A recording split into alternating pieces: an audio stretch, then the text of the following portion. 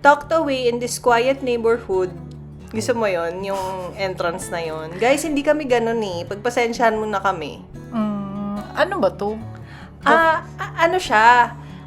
Isa siyang plant studio. Ang tawag sa kanya, shoplift. Hindi yung krimen na shoplifting ha. Shoplift. Parang mamili ka ng dahon. Ganon in Tagalog. Oo. Ano meron dito? Ba't tayo nandito? Andito tayo kasi nag-aya na naman ako magkape.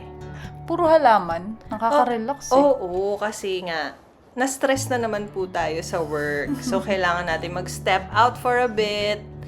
Ito yung pangalan ng cafe. Kung gusto nyong i-search. Our Little Cafe. So, dito sa shop na to, pwede kayong bumili ng mga halaman, ng mga pots. Ayan, makikita nyo. Approaching tayo ngayon sa counter. Merong portion dito na, ano ba tawag nila dito? A la carte. A la carte yung sa pagkain yun. Pero ito, al fresco to. Ayun. Yun, ang tamang Muntik na ako word mag-al doon. dente. Oo. Diyos, alcohol na lang kaya. Diba? Paano ba ginawa tong mga to? Dito sa wall na to, nagsulat-sulat lang naman sila dyan. I think lahat ng visitors dito pwedeng sumulat dyan. Kung gusto nyo mag-experience ng vandalizing the walls, pwede nyo Magtanong ako gawin kay dito. ate, parang gusto ko magsulat eh. Oo. Pero bongga, may Carmen's Best din sila dito na ice cream. Separate siya na na parang tindahan dyan sa gilid ng shop. At ang dami nilang abubot-abubot dito. Nakakatuwang tignan. Guys, saan nyo nakita tong makulay na na pusang yan? Sa Duces! Sa Duces namin nakita yan. Mas madami lang silang kulay. Ito, ang dami ring stickers. Nakakatuwa, no? Magtingin-tingin. Parang mata ko palang nabubusog na dito. Bukod sa halaman na relaxing. Ayan. Mainit. Hindi pa rin ako dito pumunta. Doon ako sa may aircon. Oo, syempre dun ka sa may aircon. So, yan yung available nilang beans nung pumunta tayo. Brazil, Sao Paulo. Usually, yung beans ng Brazil is medium roast siya. Ang tasting notes niya, chocolate, ganyan. So, madalas kasi kami bumili ng coffee beans na Brazil Cerrado, yung mga ganon. Hindi bukas, no? Oo, Cerrado.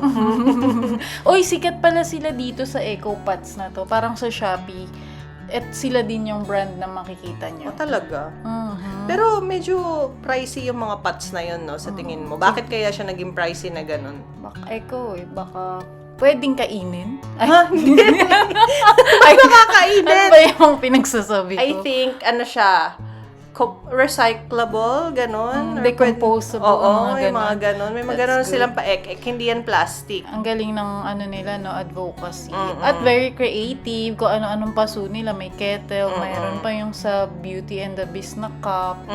Actually, makikita nyo yun later. Ayan. Pwedeng Later gawin is now. Oo.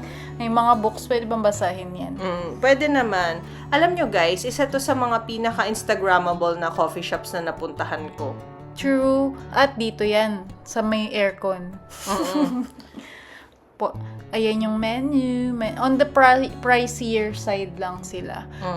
Pero for sure naman na quality rin yung coffees and other beverage nila dito. Hindi lang kape yung meron sila dito. May non-coffee din sila. Tsaka may food din sila dito. Lalo yung matcha nila high quality. Pero it cost for a meal on other coffee shops. Ayan, meron din silang grilled cheese sandwich, ganong options. Dahil dyan, ito na yung trinay natin na drinks. So, ano yung in-order mo? Ako, ito yung coconut latte. Ako naman, in-order ko yung iced matcha latte nila. May pangalan yun, may pamagati ang matcha latte nila na hindi ko ma-pronounce. So, hindi ko na lang din susubukan. Halu-haluin ko na lang to. Pero, usually yung matcha latte nila dito, automatic na oat milk na ha. So, Worth it ba sa price? halos 400 ata to guys, yung binayad namin dyan sa Or hindi naman, yan ata yung regular size lang. Meron kasing parang upsize na 400 plus na siya. Ito 290 plus siguro. O, kamusta naman yung pag-ayos mo ng Ng dahon. Ng Kasi dahon. sumasama sa paghalo ko eh. So, itong coconut latte mo, meron ba siyang buko? Nalalasahan ko yung buko tsaka yung kape. Good yung combination niya. At ito pala, favorite ko yung fries nila dito. Kung magpa-fries ako ng paulit-ulit, dito na lang ako. Kasi dikit-dikit yung fries. Ganon ba yun? Hindi ka pinagramutan ng isang piraso lang. Oo, all-in-one ang pagkuha. Tsaka yung dip na yan, masarap din, no? Anong lasa ng dip Sure. na yun? Nakalimutan ko na eh. Oo. Ganon siya, guys, kasarap. Nakakalimot na tayo sa lasa, sa pangalan natin. Pero ako naalala ko na lasa siyang garlic. Garlic parmesan. Ganon. Masyado ako nakafocus sa fries. Pwede nang hindi na ako sumundot-sundot dyan sa sausawan. So, ang ambience nga pala dito, guys, is very quiet. Kasi dito sa loob ng aircon part ng coffee shop na to, halos lahat ng nandito ay nag-aaral.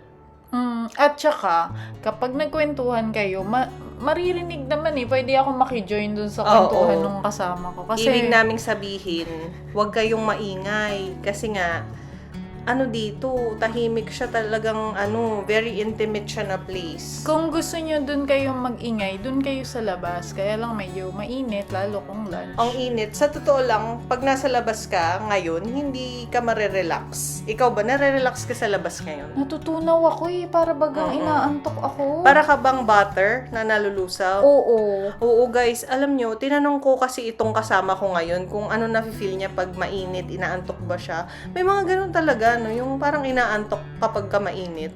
Ako yun. Oo, palahikab pag mainit. Paano ba naman? Samantalang ako, kapag mainit, hindi ako makaginhawa. Parang gusto ko na kaagad pumunta sa malamig, ganun. Same. Gusto ko rin naman. Kaya lang kung wala eh. Nauunahan ka ng antok. Matutulog na lang muna ako. Dalhin mo na lang ako sa malamig. Anong masasabi mo ngayon dyan sa kinakain mong fries? I-describe mo nga yung fries na to, para ma-imagine ng mga watchers, viewers natin kung ano. Very crunchy kasi siya. Kapag hinagat mo, mararamdaman mo na crispy yung fries na kinakain mo. Tapos, tasty hindi siya saltier side, more on a peppery side. Something like that.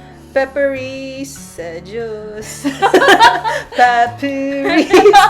Sorry. Napakanta po kasi talaga ako doon sa part na yun.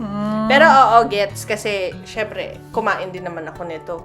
Ano siya, guys? Yung parang, hindi siya pinagramutan ng crunch. Talagang lahat, wala ditong sloppy fries or yung fries na parang, nahimatay na sa sobrang dami ng, oil. Hindi ganun to eh. Iba to. Fries to na may paninindigan. Wow. Paninindigan ka. Oo. Fries na pinanindigan ka hanggang sa dulo. Wow. Wala dyang malambot tignan mo. 'Di ba?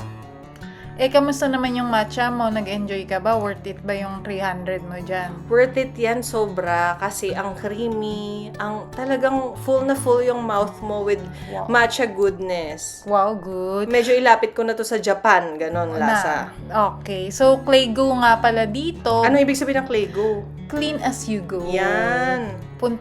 Ibalik nyo dun sa may basket yung mga napaggamitan nyo. Very responsible, di ba? Gusto namin sa mga videos namin, natuturuan din namin kayo, yung mga simpleng bagay na pwede kayong maging responsable rin naman. Huwag natin na lang iwanan, ha?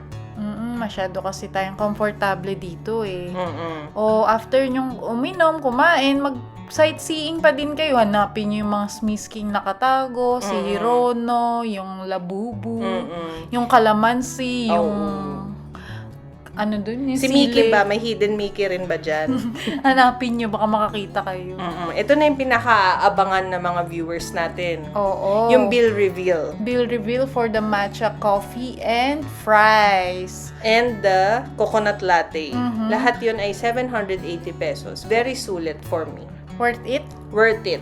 100% babalik kami dito. Oh, true yan. Kasi quality side naman talaga siya kahit pricier side. Treat yourself sometimes with this high quality meals. 100%. Mabubusog naman kayo and mag-enjoy kayo. And mararelax din kayo sa ambience, lalo pag medyo ayaw nyo munang, gusto nyo mag-take ng break from your office. So, sa our little cafe ito. Oo. Malapit sa Maginhawa. Babalik-balikan namin to, guys. Not just for the food and drinks, but also for the overall ambience and experience. Gusto mo yon? Gusto ko yarn. Oh, thank you for watching, guys. Thank you, guys. Malapit na tayo mag 30 subscribers. Bye! Thank you!